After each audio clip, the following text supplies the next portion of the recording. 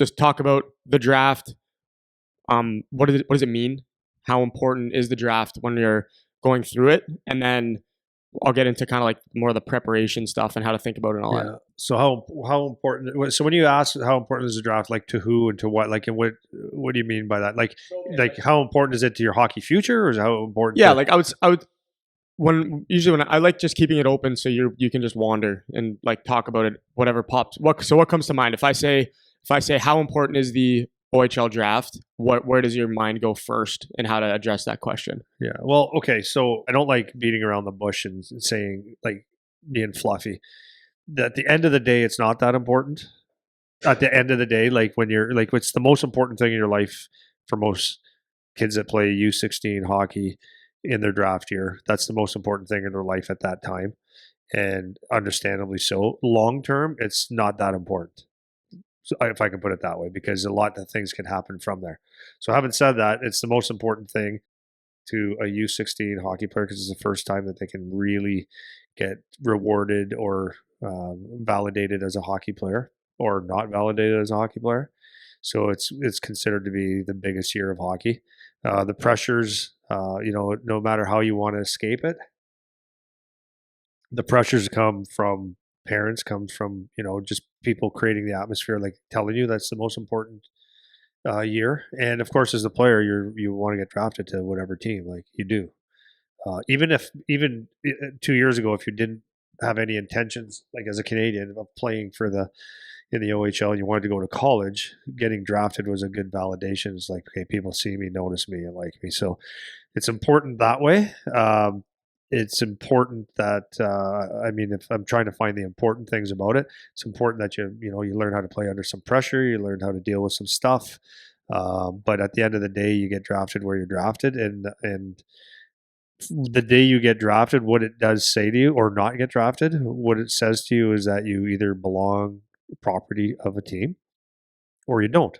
And what that does for you gives you an opportunity to make a team, to try to make a team, to get in a system, or if you don't get drafted, you have to continue to work towards that goal.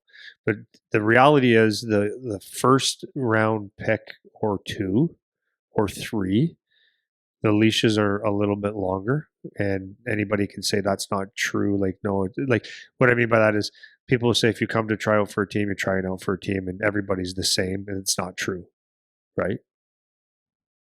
If you're a first round pick at any level, like even the NHL, you sign early and without having to prove everything. They just, no one wants to look stupid.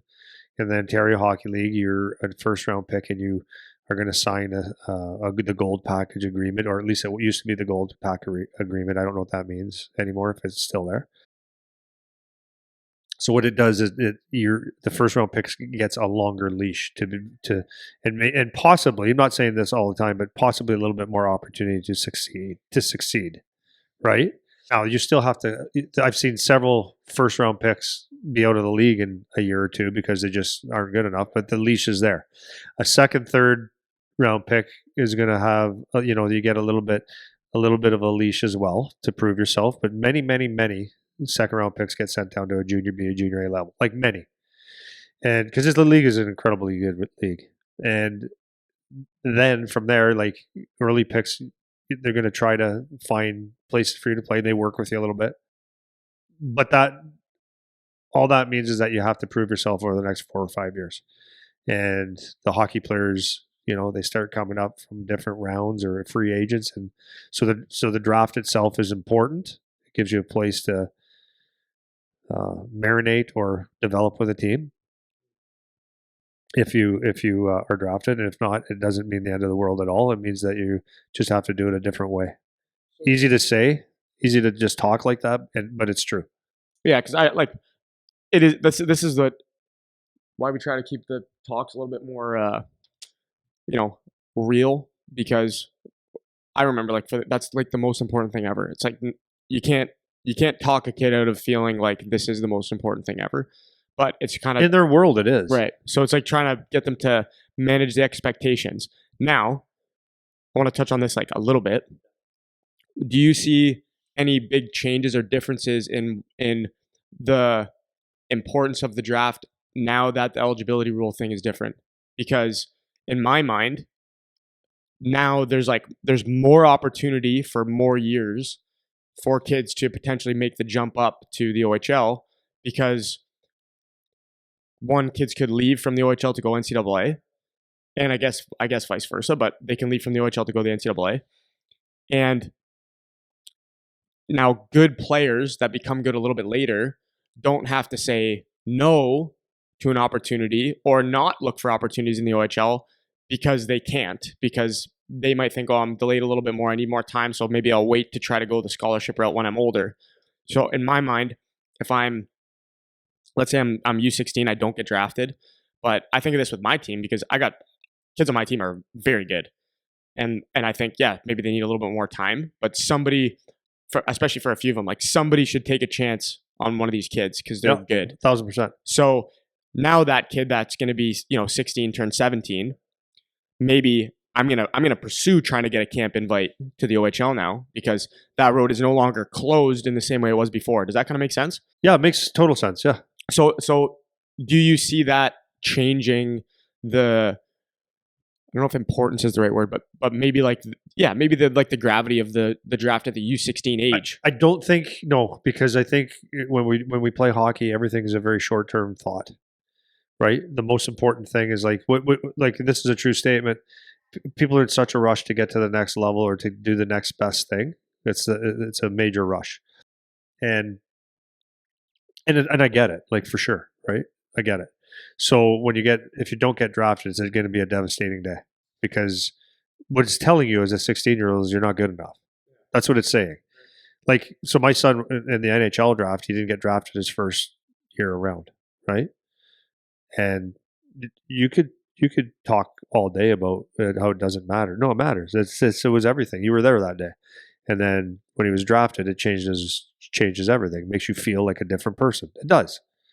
In fact, if I could use that as a comparison, right? He said that, like when he went to Detroit the first year, he had a great camp. Like I went and watched 2 games against in 2 games. He was awesome. Hit everybody, dropped the mitts, scored goals. He was awesome. And he said at the end of the day, he goes, I just felt no matter what I did, there wasn't really the opportunity. And he may have been right, may have been wrong. But when he got drafted to Dallas, he went down there. He just said it felt different. It felt like, okay, you're in our system. Like, we care about you. So, but having said that, there's a guy that went to Dallas as a free agent, signed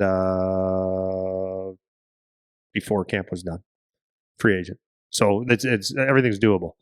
So, anyways, do I think it'll change the attitude or change the demeanor of people? I just think the short term goal is to get drafted as high as you can, and everybody, like, not I shouldn't say everybody. I hate saying it like that, but people give themselves a lot more credit for being a good hockey player than they necessarily deserve most of the time.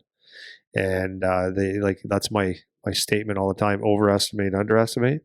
A lot of people overestimate how good they are. They underestimate how good everybody else is. They overestimate what they can do, and then they underestimate how good a league really is, how good you have to be. They overestimate how hard they're working until they get somewhere, and they underestimate how hard they needed to work.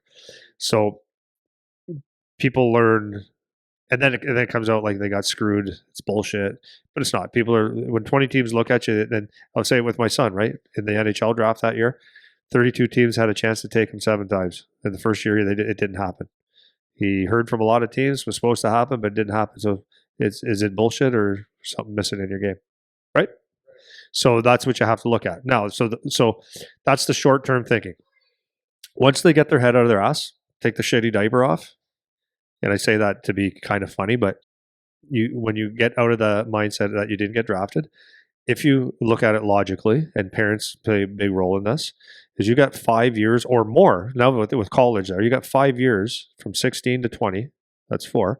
But you got 4 or 5 years to get out of that league or to get into that league to create another opportunity. And that's 4 or 5 years is a long thing. And I always say this to a lot of my players. Don't get upset or don't feel like you can't do something. Because if you take the last 5 years of your life, how much have you improved as a hockey player? And a lot of that was just by accident. If you took the next 5 years, how much are you going to improve? But if you do it on purpose, strength training, eating, working on little parts of your game, how much better can you be? Video, all that kind of stuff. So You have a long leash, long time to make something good happen. And an example that I'll use right now, there's a lot of kids that came from different leagues in the OHL now, and they're older, right? London has 2 guys from different leagues that are overages on their team. A couple teams have overages from different leagues. So that's new and that's different. But if you're a good hockey player at 19 and an OHL team recognizes that, like